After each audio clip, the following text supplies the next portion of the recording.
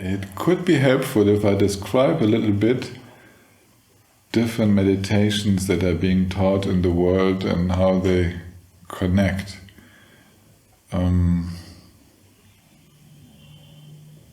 It has been changing in my perception in the world, the larger world of people practicing and teaching meditation. It used to be even more 30 years ago that people thought that meditation was to stop thinking. And it's definitely not the case in our tradition. It is probably still being taught in other traditions, because the need for that is so big. People are so overwhelmed, they're kind of imprisoned by the compulsive thinking. So and actually I would say that I myself was motivated very much starting my meditation at the age of 18, 19 by the experience of not being able to think and the wish to become a master of my thinking. So not to think is fantastic if you discover it, but it's a dead end in a way. It's not leading much further than to the capacity to step out of the thinking process at any time and to enter the calm state of mind. Now, some traditions even want this to continue further into what we call the dhyanas, the meditative absorptions, and believe that to be in such an absorption where there are no sense impressions, and so the 5 outer senses are stopped, and there's also no thinking, no conceptual thinking, and they also wish to stop the non-conceptual thinking, and some call this liberation. But it is only a liberation from that compulsion and that emotional way of thinking. It is not enabling us to interact with the world, and it does not finish with the aversion against thoughts, images, sense impressions. We still feel overwhelmed, we always want to go back into those areas. Actually, I have experienced these states of not thinking at all, staying in that for hours, and I know the difference is what I want to describe now.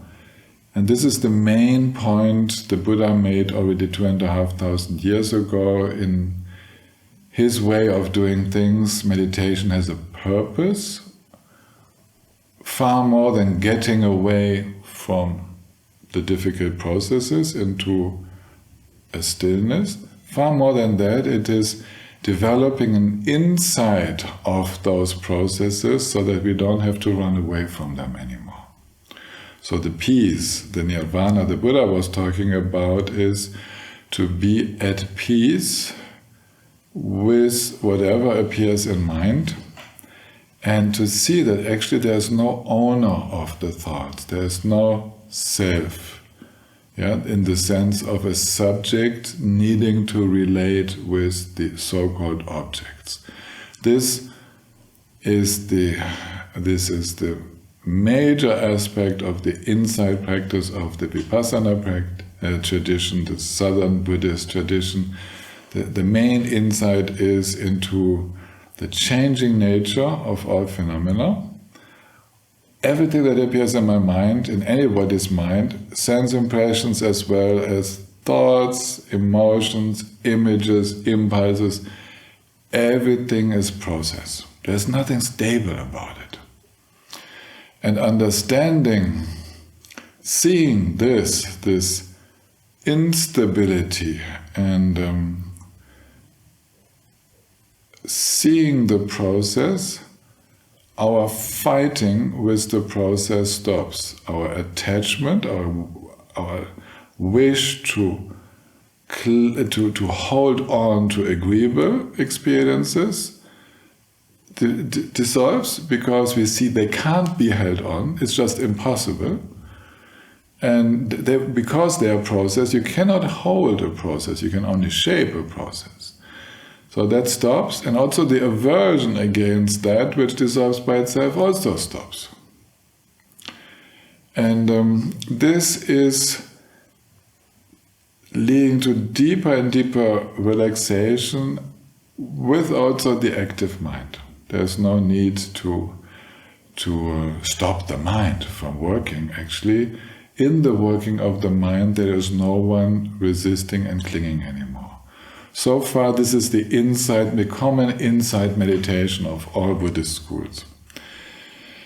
And then, this is historically starting at the same time as the Buddha lived, 500 years before Jesus Christ, but from then on and becoming very dominant in the 1st century of our times, 1st, 2nd century, then there became a strong movement of how can we be active in the world without falling back into suffering, into this clinging and aversion, so-called samsara, the self-centeredness. And for that, the vipassana, the insight dimension of meditation practice, was developed further, was enlarged to focus not only on personal processes of thinking and letting go of them, but actually to see through whatever movement appears in mind triggered by outer circumstances, so by interaction. When we talk with each other, we need to listen, we need to see, we need to think in order to answer. So the wish to be active in the world, to be helpful in this world, led to a form of meditation that would be saying yes to the thinking, yes to the interaction. Yes, thoughts are fine, because every time a thought appears, every time a mind movement appears, it teaches me the ungraspable nature of mind and its movement. So actually, instead of wanting to get away from the thoughts, it turned around and became an appreciation of mental movements as teachers of their own insubstantiality. And with that, not only was there freedom from the thinking process, but there is now a freedom in the thinking process. The freedom to be creative interaction with the world, creative in the way we use sense impressions, the way we use speech, the way we use language, and behind that is the thinking process. So this is necessary. If we want to be active in this world, it is necessary to learn how to be free in these creative processes and in the interaction.